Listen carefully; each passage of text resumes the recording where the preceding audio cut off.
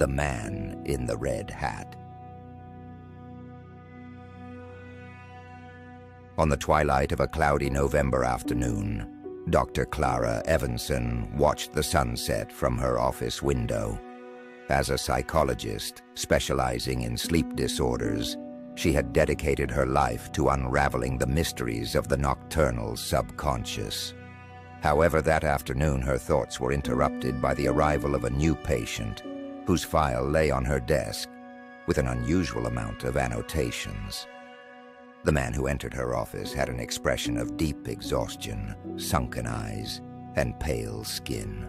His name was David, and as soon as he sat in front of her, he began to recount his disturbing experience. "Doctor, I can't sleep. Every time I close my eyes, a man appears," David said, his voice trembling. "He wears a red hat, and his gaze, it's as if he can see into my soul." Clara frowned and encouraged him to continue describing the enigmatic nocturnal visitor. "He's tall, with a thin, elongated figure. His face is a mask of shadows, and the only thing that really stands out is that red hat, which seems to glow in the dark. At first, he was just there, in the corner of my vision. But now he comes closer. I can feel his presence, even when I'm awake." Dr. Evenson took note of every detail, her scientific mind already formulating theories about this strange manifestation.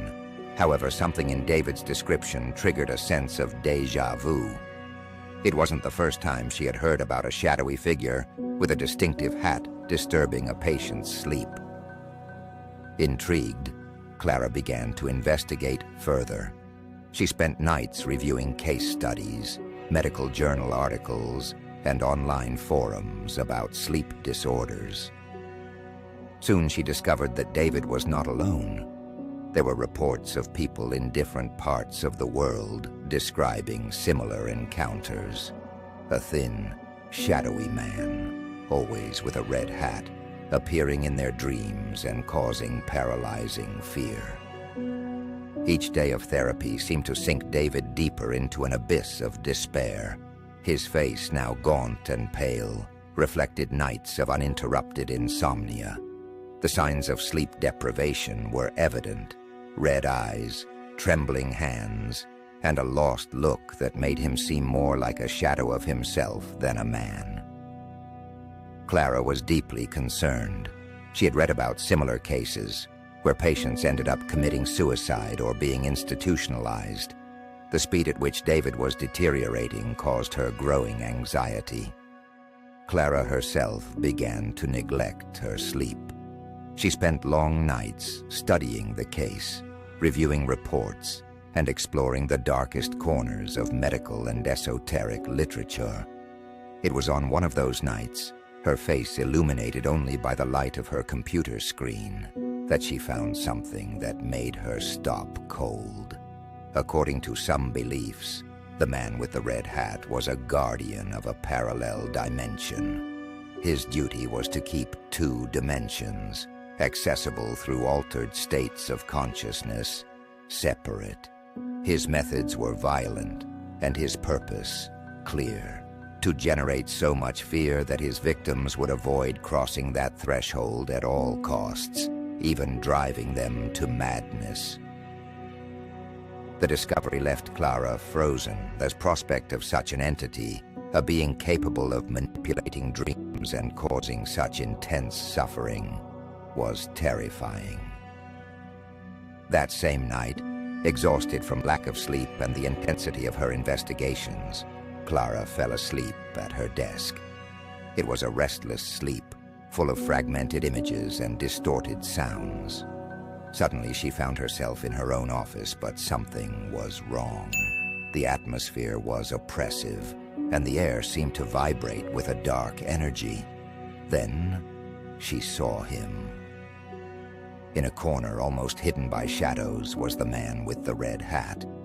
He was just as they had described, tall and thin, with a face shrouded in shadows, except for the red hat that stood out unsettlingly. The man advanced slowly towards her, his movements fluid but filled with an implicit threat. Clara tried to move, but her body did not respond. Fear seized her, a primitive and irrational fear that seemed to consume her from within. The man with the red hat leaned in, and although his face remained hidden, Clara could feel a penetrating gaze that seemed to pierce her soul. She woke up with a start, gasping and drenched in sweat. The room was silent, but the echo of her dream resonated in her mind. For the first time, Clara began to doubt her own sanity. Had it been just a dream, or something more? Clara was convinced that there was something more, something beyond a simple sleep disorder. The more she delved into the case, the more real everything felt. One day, while walking to her office, she thought she saw a familiar silhouette across the street. It was tall and thin, with a red hat that stood out among the crowd. A chill ran down her spine, and her heart began to race. She looked again, but the figure had vanished. Disconcerted, she decided to discuss the matter with one of her colleagues, Dr. Michael Harrow, a neurologist she had worked with for years.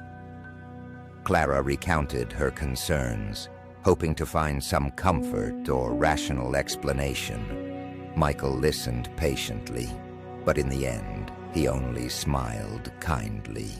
Clara, I think you're too immersed in this case. You need to take a vacation. Refer your patient to another specialist and rest. You're showing signs of not sleeping well yourself, and that could be distorting your perception of reality. Michael's words echoed in her mind, but they did not bring comfort. Clara found herself at a crossroads, struggling with a growing sense of unreality.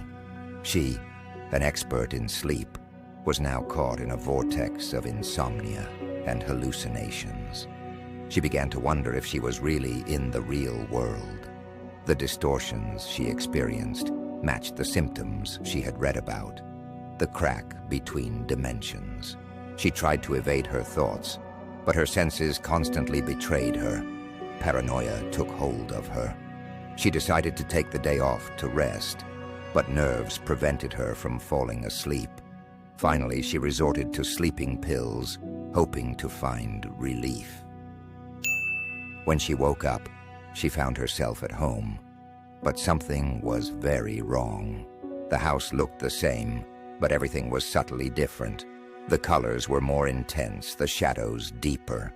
And there, in the doorway of her room, was the man with the red hat. The figure moved with an almost ethereal fluidity, advancing towards her. Clara tried to move, but her body did not respond. Fear paralyzed her, and the man leaned over her. Although his face remained hidden, Clara felt his gaze, cold and penetrating, scrutinizing her soul. Desperate, she tried to scream, but no sound came out of her throat. Reality crumbled around her, and Clara could not distinguish whether she was awake or trapped in a nightmare.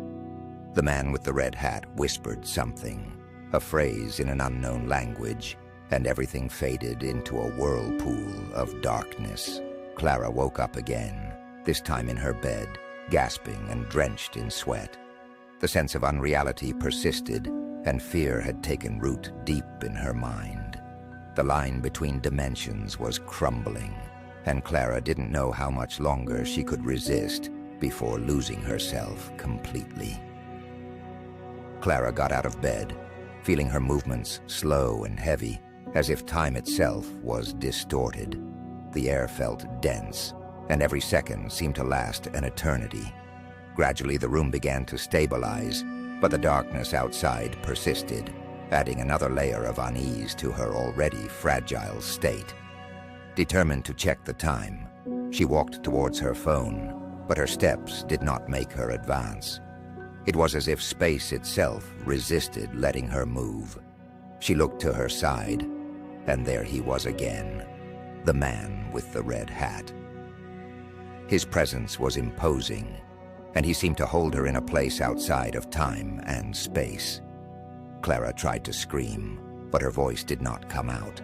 Confusion seized her mind, unable to discern whether she was dreaming or awake. The line between both realities had completely blurred. She looked back and saw herself, still in bed, motionless and asleep. Panic seized her, but before she could react, everything began to fade around her. The walls of her room dissolved, and the known world disappeared, leaving only Clara and the man with the red hat. The figure approached even closer, and although his face remained in shadows, Clara felt his presence more vividly than ever. In an instant, the man also vanished, leaving Clara alone in an infinite empty space, a vast nothingness that seemed to extend beyond any human comprehension. The silence was absolute, and the sense of solitude overwhelming. With no reference points, Clara was trapped, adrift in an unfathomable void. Her mind struggled to comprehend the vastness of the nothingness surrounding her, but desperation seized her. Accepting her fate, Clara understood that her quest to understand the mysteries of the subconscious had led her to an irremediable cost. Lost between the borders of reality and dreams, she remained forever trapped on the threshold of the unknown, an eternal echo of her own obsession.